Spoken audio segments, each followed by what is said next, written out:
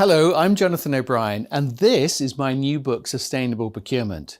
So how do we actually understand what is happening in the supply base? Well, for our immediate suppliers, it's quite straightforward because we can go and visit them, we can audit them, we can get close to them, we can understand the areas where they fall short and where we might want to work with them to drive improvements.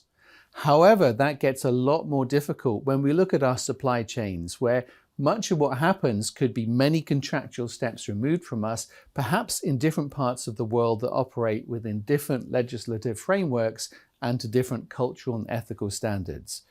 For those, we've got to get close to those supply chains. We need to map and understand those supply chains, which is no small feat. And once we understand them, we've got to be able to get close to the entities in those supply chains and some of the remote players, which we can only really do by getting there and auditing them and understanding what happens. Driving improvements is even harder because sometimes they may lack the ability to do so or may require investment. And these are not our suppliers, remember. They are the suppliers to the suppliers and so on. So we need completely new approaches here.